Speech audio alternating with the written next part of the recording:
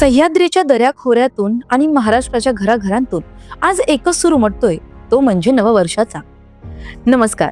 हिंदू नववर्षाच्या म्हणजेच गुढीपाडव्याच्या तुम्हा सर्व प्रेक्षकांना खूप खूप शुभेच्छा. आज चैत्र शुद्ध प्रतिपदा, 3.5 मुहूर्तांपैकी एक असा हा अत्यंत शुभ दिवस. पण तुम्हाला माहितीये का, गुढीपाडवा या शब्दाचा अर्थ काय?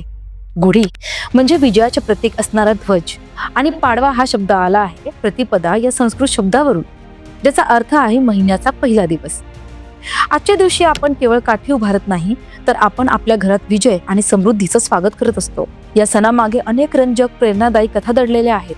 पौराणिक कथानुसार याच दिवशी ब्रह्मदेवाने या सुंदर विश्वाची निर्मिती केली, म्हणूनच याला ब्रह्मध्वज असेही म्हणतात.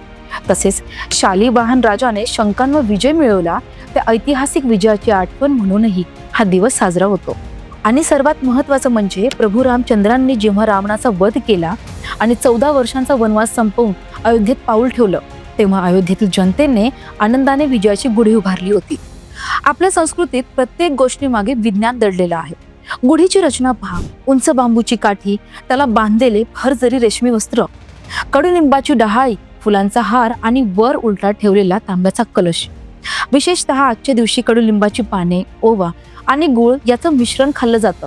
हे केवळ धार्मिक नाही, तर आरोग्यासाठीही उत्तम आहे. कडुलिंब रक्ताभिसरण सुधारतो आणि शरीरातील उष्णता कमी करतो. निसर्ग आणि सण यांची ही सांगड किती अद्भुत आहे ना. आज महाराष्ट्राच्या घराघरात पुरणपोळीचा खमंग वास दरवळत असेल. श्रीखंड पुरी आणि पुरणपोळीचा नैवेद्य हा पाडव्याचा खास मान. शिवाय आजचा दिवस नवीन वस्तूंच्या खरेदीसाठी, सुवर्ण खरेदीसाठी किंवा नवीन व्यवसायाची सुरुवात करण्यासाठी अत्यंत शुभ मानला जातो. बाजारपेठा गजबजलेल्या असतात आणि रस्ते शोभायात्रांनी फुलून गेलेले असतात.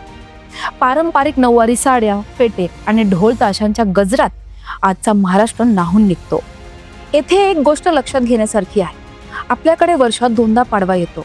आजचा हा चैत्र पाडवा म्हणजे नववर्षाची सुरुवात, तर दिवाळी पाडवा म्हणजे बलिप्रतिपदा हा कार्तिक महिन्यात येतो, जो पती पत्नीच्या प्रेमाचा आणि बळीराजाच्या पूजेचा सण असतो. हे दोन्ही सण आपल्या संस्कृतीचे 2 महत्त्वाचे स्तंभ आहेत. गुढीपाडवा हा केवळ एक सण नसून तो आहे एक नवा विश्वास, नवी उमेद आणि निसर्गाशी नातं जोडण्याचा एक प्रयत्न. चला तर मग, जो या कटू आठवणी विसरून कडुनिंबाच्या पानांसारखं आरोग्य जपून आणि साखरेच्या गाठीसारखं गोडवा मनात ठेवून या नववर्षाचं स्वागत करूया. पुन्हा एकदा तुम्हा सर्वांना गुढीपाडव्याच्या आणि नूतन वर्षाच्या हार्दिक शुभेच्छा.